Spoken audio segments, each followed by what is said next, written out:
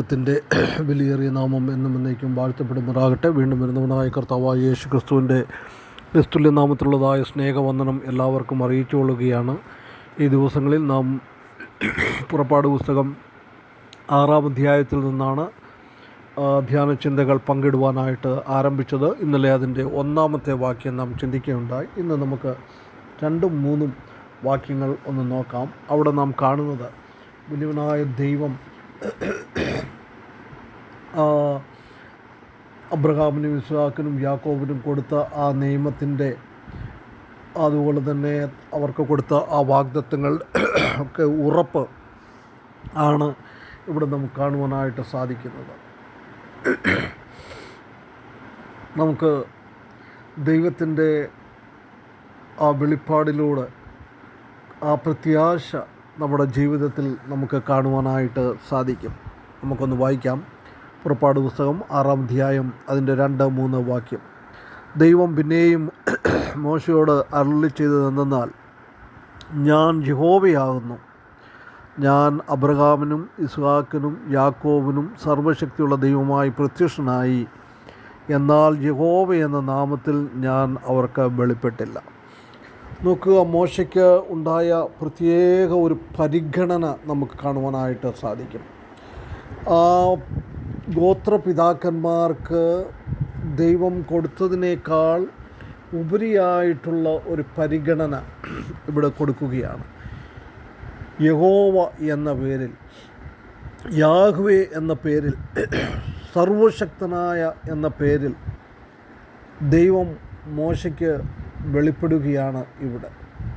പ്രിയ വിശ്വാസികളെ, ഇതിനെക്കാട്ടിലൊക്കെയും നാം എത്രയോ ഭാഗ്യശാലികളാണ്. അബ്രഹാമിനും ഇസ്ഹാക്കിനും യാക്കോബിനും സർവശക്തിയുള്ള ദൈവം എന്ന പേരിൽ അവനറിഞ്ഞു. മോശയ്ക്ക് യാഹ്വേ എന്ന പേരിൽ മോശയ്ക്കും തൻ്റോടൊപ്പം ഉണ്ടായിരുന്ന ആൾക്കാർക്കും അറിയുവാനായിട്ട് സാധിച്ചു.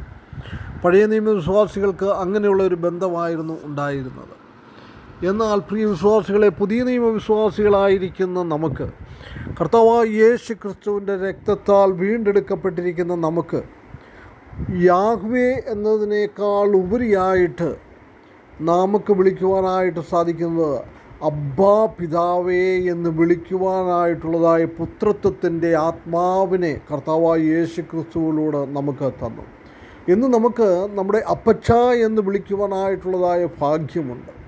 നമ്മുടെ പിതാവേ എന്ന് വിളിക്കുവാനായിട്ടുള്ളതായ ഭാഗ്യം പഴയ നിയമ വിശ്വാസികൾക്ക് കൊടുത്ത ഭാഗ്യത്തിനേക്കാൾ ഉപരിയായിട്ടുള്ള ഒരു ഭാഗ്യം ലഭിച്ചവരാണ് പുതിയ നിയമ വിശ്വാസികൾ. എത്രയോ അനുഗ്രഹിക്കപ്പെട്ട ഒരു ഇത് നമുക്കിവിടെ കാണുവാനായിട്ട് സാധിക്കും. ഞാൻ യഹോവയാകുന്നു, I am the Lord, I am the Lord. ഞാൻ യഹോവയാകുന്നു എന്ന് ഇവിടെ പറയുകയാണ്. ഇവിടെ നാം കാണുന്നത് വലിയവനായ ദൈവത്തിൻ്റെ ചേഞ്ച് ചെയ്യാത്ത, മാറാത്ത, അനാദിയായിരിക്കുന്ന ആ നേച്ചർ, ആ പ്രകൃതി ആണ് മോശയ്ക്ക് ഇവിടെ വെളിപ്പെടുത്തി കൊടുക്കുന്നത്. ഇതിലൂടെ മോശയ്ക്ക് ആ ഗോത്രപിതാക്കന്മാരെക്കാൾ ഉപരിയായിട്ടുള്ള ഒരു സ്ഥാനം ലഭിക്കുകയാണ്. ആ മുൾപ്പടർപ്പിൽ വെച്ചും മോശയ്ക്ക് അയാം, ഞാനാകുന്നു എന്ന് പറഞ്ഞു. ഈ അയാം അല്ലെങ്കിൽ ഞാൻ എന്ന് പറയുമ്പോൾ അതിൽ നിന്ന് നമുക്ക് കാണുവാനായിട്ട് സാധിക്കുന്നത് വ്യത്യാസമില്ലാത്ത ദൈവം, എന്നും ഒരുപോലെ ഇരിക്കുന്ന ദൈവം. വെളിപ്പാട് പുസ്തകം 1-ാം അധ്യായം 8-ാമത്തെ വാക്യത്തിൽ കാണുന്നത്, ഞാൻ അൽഫയും ഒമേഗയുമാകുന്നു, ഞാൻ ഇരിക്കുന്നവനും ഇരുന്നവനും വരുവാനിരിക്കുന്നവനുമായ സർവശക്തിയുള്ള ദൈവമാകുന്നു. പത്മോസ് ദ്വീപിൽ വെച്ച് യോഹന്നാന് വെളിപ്പെട്ട ആ ദൈവം. അബ്രഹാമിന് ദൈവം വെളിപ്പെടുമ്പോൾ ഗോഡ് മോസ്റ്റ് ഹൈ, അത്യുന്നതനായിരിക്കുന്ന ദൈവം എന്ന പേരിലാണ് അറിയപ്പെടുന്നത്. അതുപോലെ തന്നെ ഹാഷേം എന്ന പേരിലും അറിയുന്നുണ്ട്. 17-ാം അധ്യായത്തിൽ എൽ ഷദായി, ഓൾമൈറ്റി ഗോഡ് എന്ന പേരിൽ അറിയപ്പെടുന്നുണ്ട്. 21-ാമത്തെ അധ്യായത്തിൽ എവർലാസ്റ്റിംഗ് ഗോഡ്, നിത്യദൈവം. 22-ാമത്തെ അധ്യായത്തിൽ ദ ഡോൾ വിൽ പ്രൊവൈഡ്, നമ്മളെ കരുതുന്ന, നമ്മൾക്ക് വേണ്ടി എല്ലാം നൽകുന്ന ഒരു ദൈവം. ഈ പഴയ നിയമത്തിൽ, പ്രത്യേകിച്ച് ഉൽപ്പത്തി പുസ്തകത്തിൽ ഈ പേര് 160 പ്രാവശ്യം നമുക്ക് കാണുവാനായിട്ട് സാധിക്കും. മോശെ അബ്രഹാമിനും ഇസ്ഹാക്കിനും യാക്കോബിനും വലിയവനായ ദൈവം വാഗ്ദത്തം കൊടുത്തു. എന്നാൽ ആ വാഗ്ദത്തത്തിൻ്റെ ഫുൾഫിൽമെൻറ്റ്, പൂർത്തീകരണം നമുക്ക് കാണുവാനായിട്ട് സാധിക്കുന്നത് മോശയ്ക്ക് തൻ്റെ കൂടെയുള്ള ജനങ്ങൾക്കുമാണ്. എത്രയോ ഭാഗ്യകരമായവരായിരുന്നു ഇവർ. മോശയ്ക്ക് അബ്രഹാമിനോടൊക്കെ അവൻ നിയമം ചെയ്തു. പക്ഷേ ആ നിയമത്തിൻ്റെ പൂർത്തീകരണം നമുക്ക് എവിടെയാണ് കാണുന്നത്? മോശയിലാണ് കാണുന്നത്. പഴയ നിയമം ആൾക്കാർക്ക് സർവശക്തൻ എന്നൊക്കെ പേരുള്ളതായ രീതിയിലായിരുന്നു അറിഞ്ഞിരുന്നത്. എന്നാൽ ഇവിടെ നാം കാണുന്നത് ദൈവം യഹോവയായിട്ട്, യാഹായിട്ട് തന്നെ കാണുകയാണ്. പഴയ നിയമ വിശ്വാസികൾക്ക് വാഗ്ദത്തങ്ങൾ മാത്രമേ ഉണ്ടായിരുന്നുള്ളൂ. അവരുടെ ജീവിതത്തിൽ ആ വാഗ്ദത്തങ്ങൾ നിറവേറിയില്ല. എന്നാൽ ഇവിടെ ദൈവം പറഞ്ഞിരിക്കുന്നതായ വാഗ്ദത്തങ്ങളെല്ലാം അതേപടി നിറവേറുകയാണ് ചെയ്യുന്നത്. നാം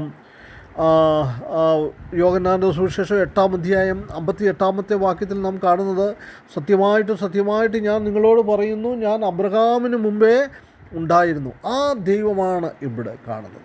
എബ്രായ ലേഖനം 13-ാം അധ്യായം അതിൻ്റെ 8-ാമത്തെ വാക്യത്തിൽ നാം കാണുന്നത്, Jesus Christ is the same yesterday and today and for ever. ഇന്നലെയും ഇന്നും എന്നേക്കും അനന്യനായിരിക്കുന്ന ആ ദൈവം നമുക്ക് ഇവിടെ കാണുവാനായിട്ട് സാധിക്കും.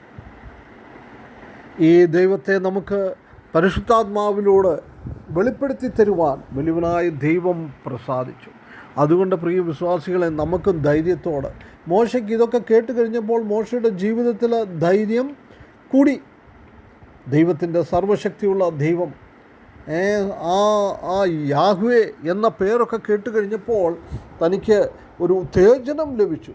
പ്രിയ വിശ്വാസികളെ, നമുക്കും ഈ വലിയവനായ ദൈവത്തിൽ യാഹ്വേ എന്നല്ല, സർവശക്തൻ എന്നല്ല, അതിനേക്കാൾ ഉപരിയായിട്ട് നമ്മുടെ വീണ്ടെടുപ്പുകാരനായിട്ട് നമുക്ക് പിതാവേ എന്ന് വിളിക്കുവാനായിട്ടുള്ളതായ ഒരു അധികാരം, ആ ദൈവത്തിൻ്റെ മക്കൾ എന്നുള്ള അധികാരം നമുക്ക് തന്നു. അതുകൊണ്ട് ആ കർത്താവിനെ നമുക്ക് സ്തുതിച്ചുകൊണ്ട്, മഹത്വപ്പെടുത്തിക്കൊണ്ട്, ഈ കർത്താവിൽ ആശ്രയിച്ചുകൊണ്ട് ദൈവികമായ കാര്യങ്ങൾ, ദൈവിക പദ്ധതികൾ, നമ്മളെക്കൊണ്ട് ദൈവം എന്തുദ്ദേശിക്കുന്നുവോ അത് ചെയ്യുവാനായിട്ടുള്ളതായ ഒരു ശക്തിയും ബലവും നമുക്ക് ലഭിക്കുവാൻ വലിയവനായ ദൈവം ഈ വാക്കുകൾ കൊണ്ട് നമ്മെ സഹായിക്കട്ടെ.